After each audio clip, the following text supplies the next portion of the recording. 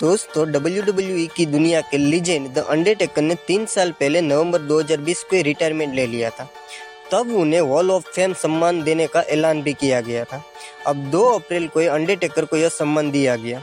सम्मान समारोह के दौरान अंडरटेकर ने एक स्पीच दी जो काफ़ी वायरल हुई। इस दौरान वह बहुत ही भावुक हो गए। हाल ही में रेसलमेनिया 38 की शुरुआत हुई। इसी इवेंट में अंडरटेकर को 2022 के हॉल ऑफ फेम में शामिल किया गया। अंडरटेकर के जीवन और रेसलिंग से जुड़ी कई ऐसी बातें हैं जिनकी सच्चाई ज़्यादातर लोगों को पता ही नहीं है। बचपन में हमें बताया गया था कि अंडरटेकर की 7 जिंदगियां हैं, केन उनके भाई है।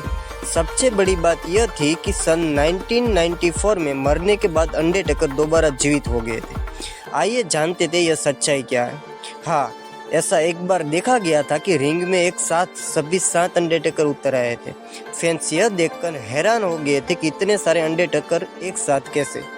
यदि इनमें से किसी एक ने भी हमें ढूंढ लिया और मार दिया तो क्या होगा। WWE में दिखाया गया था कि केन और अंडरटेकर सगे भाई है, जबकि वे दोनों सौतेले भाई थे।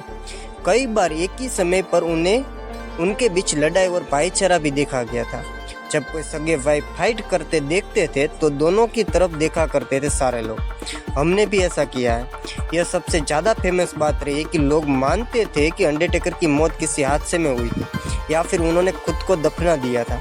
अचानक यह अफवाह हर तरफ फैल गई थी कि वह अपनी कब्र में से खुद निकल आए थे। यह भी अंडरटेकर की सबसे ज़्यादा फेमस बात रही है। हालांकि यह सच है कि 2 अंडरटेकर थे। एक नकली था जिसे WWE द्वारा बनाया गया था, लेकिन जिस अंडरटेकर को हम जानते हैं और जिसे हमने बचपन से देखा है वह सिर्फ मार्क विलियम केलावे है।